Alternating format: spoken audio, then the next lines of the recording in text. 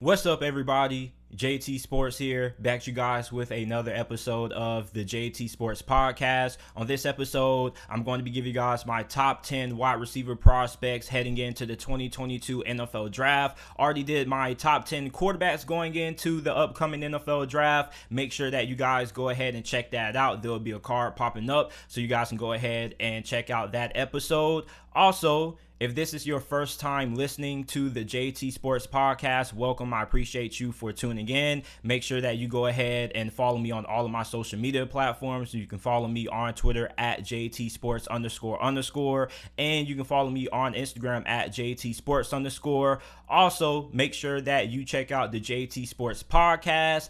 Available on all podcasting platforms, Apple Podcasts, Spotify Podcasts, Google Podcasts, wherever you get your podcasts from. The JT Sports Podcast is available. Lastly, make sure that you are subscribed to my YouTube channel.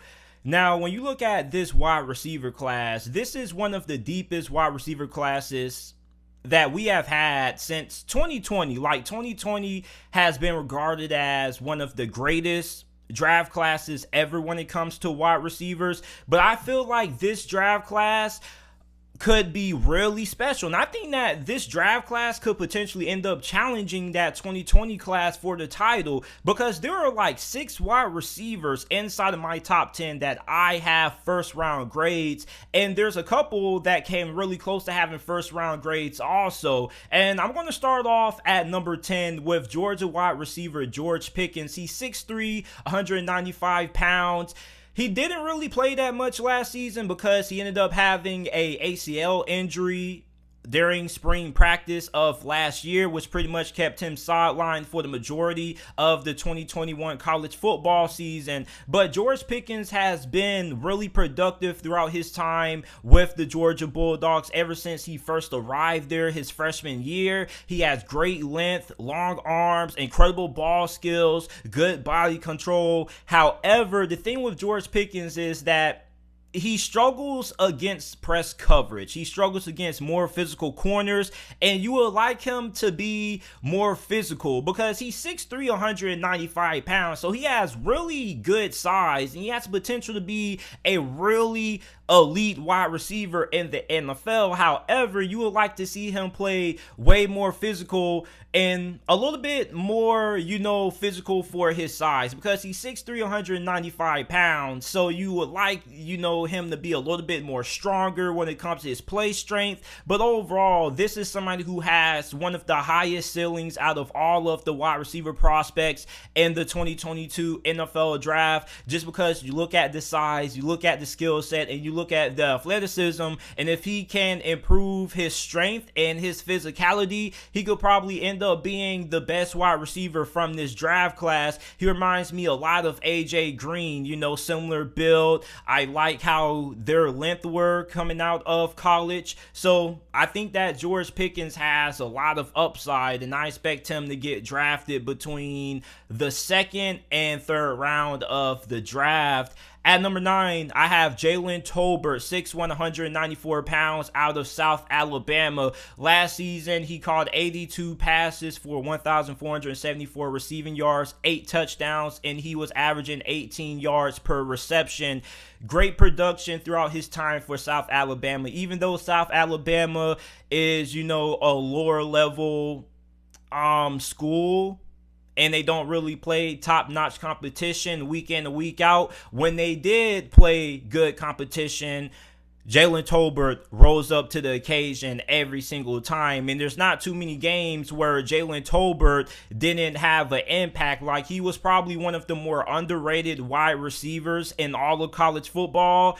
And he has great footwork. Obviously, the production is there. However, he does suffer from the occasional drops. And I do feel like his rookie season, he's probably going to end up having a good amount of drops, which is probably going to, limit how productive he could be during his rookie campaign. However, drops are something that can be improved, and they normally are something that rookies struggle with and that they improve over time. So I'm not really concerned about the drops. However, he does struggle catching the ball in traffic whenever he has a defender laying around. You kind of would like him to be a little bit more secure when it comes to throwing him the football in coverage. But you look at Jalen Tolbert, I know he comes from a small school, but don't let that shy you away from the fact that this guy is an absolute baller. Every time South Alabama played top-notch competition, Jalen Tolbert showed up every single time. So you look at Jalen Tolbert, I think he's going to be a good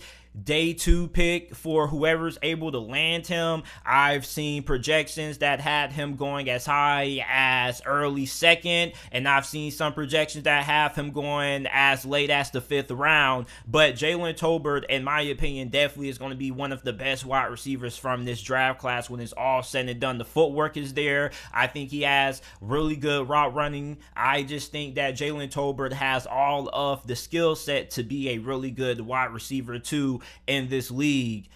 David Bell comes in at number 8, 6'1", 212 pounds out of Purdue University. This guy was a monster for the Boilermakers. 93 passes that he caught last season in 2021, 1,286 receiving yards and 6 receiving touchdowns. This guy understands the wide receiver position. Like, this guy gets it. He understands how to attack coverages. He understands how to attack, defensive backs depending on their leverage. Like, this guy is a football nerd, and you guys know one thing about me is that I love highly intellectual football players, because when you get to the NFL, you're not just going to be able to skate by purely off athleticism and athletic ability. You're also going to have to be able to understand the game. You're going to have a good knowledge and comprehension of what defenses are trying to do.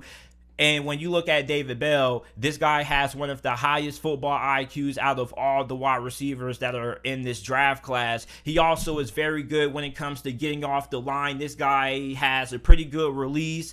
And the thing with David Bell is, like, he doesn't have that second gear, or he doesn't kick that second gear in quick enough. And that's one big thing about David Bell, is that the acceleration and the burst isn't there. He also isn't really good when it comes to finishing through contested catches. But everything else, David Bell is a really solid wide receiver. Really good after, the catch, really good hands, really productive for Purdue. Like, there's times where he seemed to be the only offensive weapon that Purdue had. So you look at David Bell, he definitely is going to be a good day 2 or a good round 3, round 4 option. He's going to make a team really happy. On top of that, I also think that this potential that maybe he could get taken in the 2nd round. On top, also, I like David Bell simply for the fact that I think he has a really good leadership quality about him. I was reading a couple of articles before recording this, and a lot of people from the Purdue program, like, they admire David Bell's leadership, his work ethic. He's one of the first guys in, last guys out the building. You love that. I think David Bell has really good potential to be a really high-level wide receiver 2, and probably could be a low-level wide receiver 1. Number 7, Jahan Dotson out of Penn State. He's one of my favorite wide receivers in this draft class. He's 5'11", 178 pounds. Last season for Penn State, he caught 71 receptions for 1,182 receiving yards, 12 touchdowns, and he averaged 12 yards per reception. Immediately when you see Jahan Dotson play, this dude is a pinball. He has a lot of wiggle. He's exceptionally quick in space. I mean, this guy's route running is amongst the best in this draft class. This guy has precision cuts. On top of that, he has elite acceleration. For David Bell, I was talking about how his acceleration wasn't all that great. It took him a while. It takes him a while to get up to that second gear. For Jahan Dotson, it's just like that. This guy can get into that second gear quick, fast, and in a hurry. And if you have to tackle this guy in open space, good luck, because he most definitely is going to have a high chance of making you miss. However, you look at the knocks on Jahan Dotson. His play strength, he isn't the strongest, so you kind of wonder how good is he going to be when it comes to finishing catches through contact. On top of that, he's not really the greatest wide receiver when it comes to catching balls in traffic. He isn't going to win a lot of 50-50 balls. However, he is a really good wide receiver if you need somebody who you want to get the ball out to in space, or if you're somebody who likes to run a lot of short, intermediate passing concepts. Jahan Dotson would be a very good fit in a West Coast like offense. You look at Jahan Dotson also, there's been a lot of comparisons to Emmanuel Sanders, and I definitely see it. He could be a really good deep ball threat. On top of that, he has the versatility that he can not only play outside wide receiver, but he can play inside the slot as well. Jahan Dotson is my 7th ranked wide receiver. Number 6, we have Alabama wide receiver John Mechie, 5'11", 187 pounds. I am surprised at how many people are low on John Mechie. Like, there are many people who don't even have John Mechie inside of their top 10.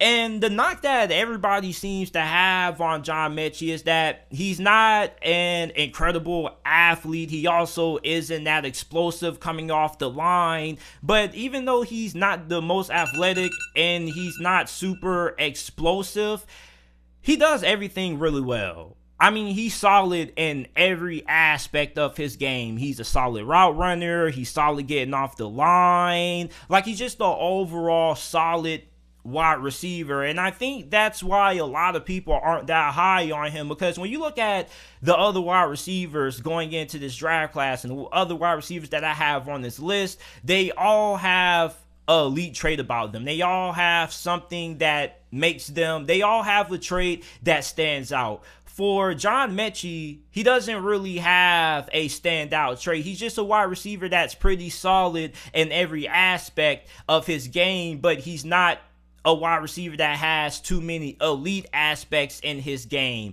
However, he is really physical. He's one of the more physical wide receivers in this draft. Really good blocker. On top of that, he plays bigger than his size. He's listed as 5'11", 187 pounds. This whole time, I was thinking that he was at least 6'1", 200. Because when you watch him play, this is somebody who loves to play through contact, really physical. I remember back in the SEC championship game, it was 2020. Mac Jones threw an interception, and then John Mechie came out of nowhere and laid the hammer to him. So this is one of the more physical wide receivers that you're going to find in this draft. He also has really good hands. He probably has some of the softest hands in this draft class. He doesn't really drop a lot of passes, and he's somebody who you can rely on. So I know with John Mechie, he doesn't have elite speed, elite athleticism, or anything that really pops out. But however, with the fact that he's already a pretty solid wide receiver, I think that in 2 or 3 years, he's going to end up becoming what Devontae Adams is with the Green Bay Packers, because that was the common knock that many people had on Devontae Adams when he was coming out of Fresno State. They say he wasn't the most explosive. He didn't really have a lot of great traits. He was just a solid wide receiver prospect that was solid in, several areas of his game. However, he didn't have any elite areas of his game. So you look at John Mechie coming in, he has a pretty solid skill set that, as long as he continues to develop, he's going to be a pretty solid all-around wide receiver.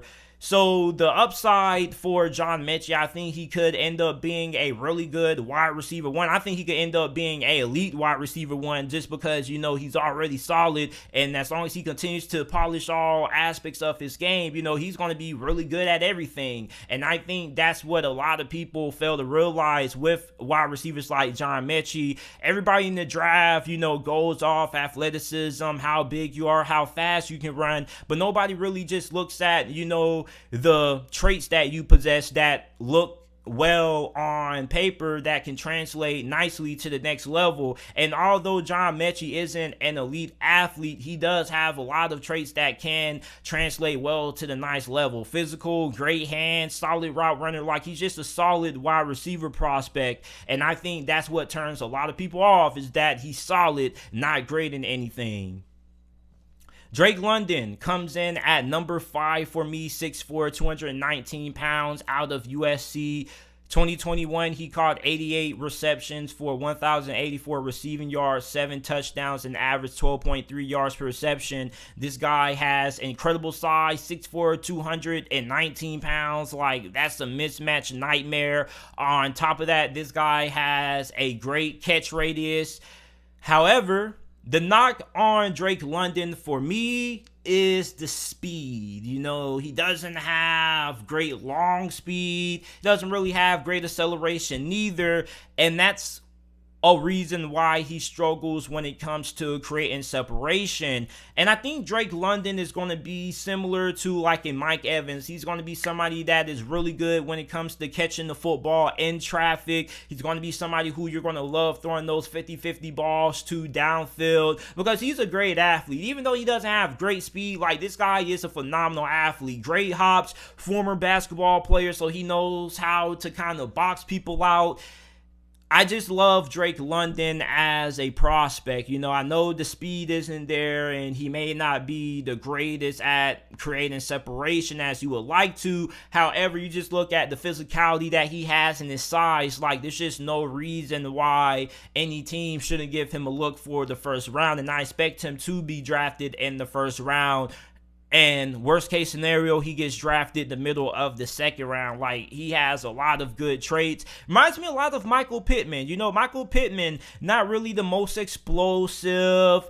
However, really good size, a really good catch radius, and he's somebody who can keep the chains moving. He can be a reliable option for you. Drake London comes in at number 5 for me.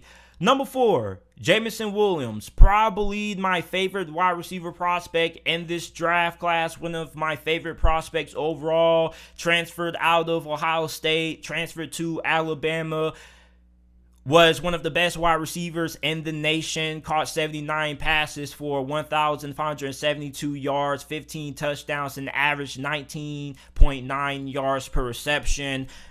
I was reading some articles from a couple of scouts, and they were basically talking about how fast they felt Jamison Williams would have ran in the NFL Combine that passed not too long ago. And the answers were kind of mind-boggling to me. There were one person out there who said that they thought that Jamison Williams would have been able to run a 4.18 or 4.19. There were some people that had him projected to have like a 4.24 or even a 4.21. So we really don't have a good, you know, test number when it comes to the true speed of Jamison Williams. But you don't really need to see this guy running a 40 in a tank top and shorts to understand just how fast this guy is. This guy may be one of the fastest human beings on earth. He's great after the catch. We obviously know he possesses Olympic-like track speed. However, he does struggle getting off the press when he's manned up against physical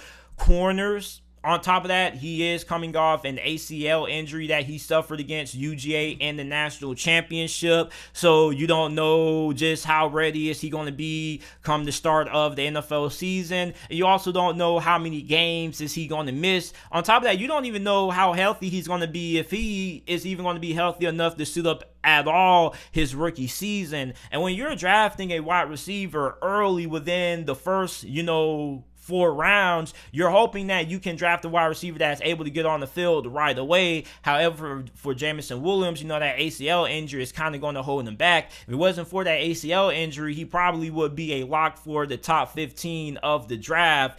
But also, when you look at Jamison Williams, this guy is a competitor. He's tough. He fights on every single play. Like, I just love Jamison Williams. I know a lot of people are going to hard on, his ACL injury and his size and whatnot because he's only 179 pounds. But I do think that overall, Jamison Williams has a skill set that meshes well with today's NFL. Today's NFL, it's pretty much all about speed. Everybody wants who's the fastest wide receiver, and everybody just wants to run those wide receivers on slant routes, drag routes, screen routes, and bubble screens, and also have them run deep routes down the field to utilize that speed.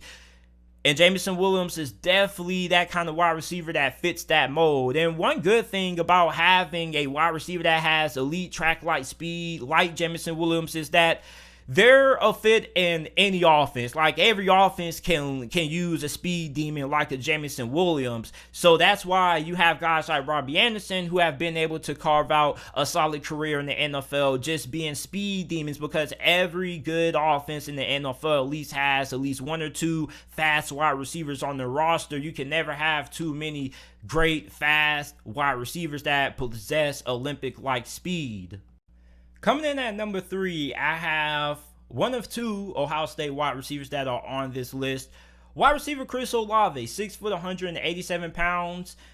Caught 65 passes for the Buckeyes last season for 936 receiving yards, 13 touchdowns, and average 14.4 yards per reception. Now, Chris Olave was kind of like the quiet wide receiver of the Ohio State receiving room. You know, like their wide receiving room was absolutely fantastic this past season. Like, it's nasty. You already had Garrett Wilson, you had Jason Smith, and then you had Chris Olave. And when you watch Chris Olave play, like, this dude is he reminds me exactly like Keenan Allen, just a faster version of Keenan Allen. Great route running, incredible body control. However, you know, like when it comes to his playmaking ability after the catch, it's kind of average in my opinion. You know, like his play strength also, he needs to bulk up a little bit, get a little bit more stronger, because I do think that he could end up possibly getting pushed around by more physical corners in the NFL at the next level. But however, you look at Chris Olave, like I think he could end up having a impactful rookie season immediately with how good he is as a route runner. And on top of that, you could play him in the slot. You could also play him outside. Me personally, I would think that he would be way more effective at the next level playing inside of the slot, just because how good of a route runner he is and how incredible of body control he has. However, you look at Chris Olave, like if you're drafting a wide receiver in the first round, you're drafting a first-round wide receiver to pretty much primarily play outside. You're not going to too often draft too many wide receivers in the first just to play them inside the slot. However, he does have that versatility that you can play him wherever, inside, outside, the numbers, he can do it all. On top of that, you know, when you look at Chris Olave, I think he has the potential to end up being a top 10 wide receiver in this league, because I kind of was sleeping on Chris Olave. I'm not even going to lie to you guys. Like, before the college football season ended, like, I considered Chris Olave to be one of the most overrated wide receivers heading into the 2022 NFL draft. But the more tape I've watched on Chris Olave, the more I have grown to like him. And when you look at, you know, past prospects and what intangibles and what skill sets that they had that ended up translating well, you know, definitely route running and body control is really critical. So Chris Olave comes in at number 3 for me. Number 2, I have Treylin Burks, 6'2", 225 pounds, out of the University of Arkansas.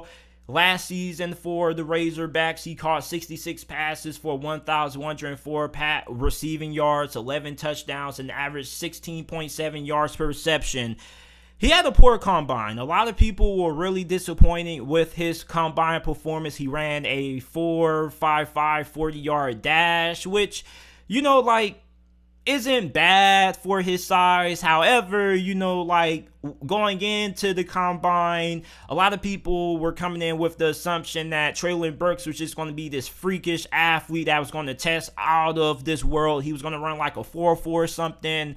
Like, he was just going to have a credible workout, and it didn't really happen. But the poor workout doesn't scare me, okay? I don't really care that much about the combine, because at the end of the day, football is played in helmets and pads, not shorts and tank tops. So I don't really care too much about his combine performance. You watch this man play on the field, you see one of the smoothest 6'2", 225 wide receivers that you ever will find. Like, this guy is super smooth. Like, it should be illegal how smooth Treylin Burks moves at his size. Like, you watch this guy run routes like he's just smooth. It's like he's basically running routes on the air. Like, this is a smooth, physical, big wide receiver. Like, this guy just knows how to move properly. And on top of that, he has really good body control also.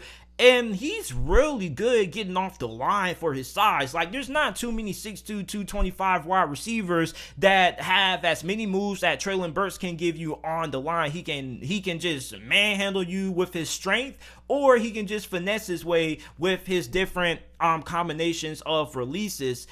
However, the downfall with Treylin Burks is he's pretty average after the catch. You know, like, kind of disappointed me when it comes to his combine time. I was hoping that he was going to run a 4.44. However, that didn't happen. He ran a 4.55. So I question his long speed. He's not really going to be somebody who's going to make a lot of people miss in the open field after the catch. So his yak ability kind of is the reason why I didn't have him as my wide receiver run. But he definitely has all the makings and the potential to be a top 3 wide receiver in this league. Like, this is a smooth football player. I've never seen a wide receiver run this smooth and play this smooth at this size ever. Like, you remember DK Metcalf? Like, DK Metcalf was just big and fast, okay? He was just a great athlete. He wasn't really smooth. He had to come and improve his route running. He has turned into a really great wide receiver. You look at Treylin Burks, man, like, this guy should immediately come out the gate balling. Like, he can catch 50-50 balls. He can move the chains for you. Like, Treylin Burks can do everything you need a wide receiver one can do. He can run the deep routes. He can run the short intermediate routes. Like, this guy is a phenomenal prospect. A lot of people keep comparing him to A.J. Brown. I definitely see it. You see the body type, the build, and on top of that, A.J. Brown is also really smooth despite how big he is. So Treylin Burks comes in at number 2 for me. Before I get into my number 1 overall wide receiver prospect for the 2022 NFL Draft, make sure that you guys like the video, subscribe to the channel. I upload NFL videos and college football videos daily. Also, make sure that you check out the JT Sports Podcast. Every video that's uploaded on the channel is available in audio format on every single podcasting platform: Apple Podcasts, Spotify Podcasts, Google Podcasts, wherever you get your podcasts from. The JT Sports Podcast is available. At number 1, I have Garrett Wilson, 6 foot, 183 pounds, out of Ohio State. He is the second OSU wide receiver on this list. He caught 70 receptions last season for the Buckeyes, 1,058 receiving yards, caught 12 touchdown passes, and recorded 15.1 yards per reception. You look at Garrett Wilson, definitely may be the most explosive wide receiver after the catch in this draft behind Jamison Williams. Now, he doesn't possess the speed that Jamison Williams possesses. However, he's not too shabby also. He can also run with the best of them, just not as fast as Jamison Williams. After the catch, like, this dude makes everybody miss. Like, I don't know if people are just scared to tackle him or what it is, but this guy is just a machine once he gets the ball after the catch. And in the NFL, this guy is just going to be one of those people who you just give a slant or a bubble screen to, and he can just go. He can just fly. He also has the versatility that he can play outside the numbers and he can play inside in the slot if you want him to. However, you know, like, with me having him as my number 1 wide receiver, my number 1 wide receiver normally is somebody who is well polished and isn't overall raw. And you look at Garrett Wilson, he's really raw, okay? Like, his route running definitely needs improvement. He's not as good as a route runner as Treylin Burks or Chris Olave or even Jamison Williams or John Dotson.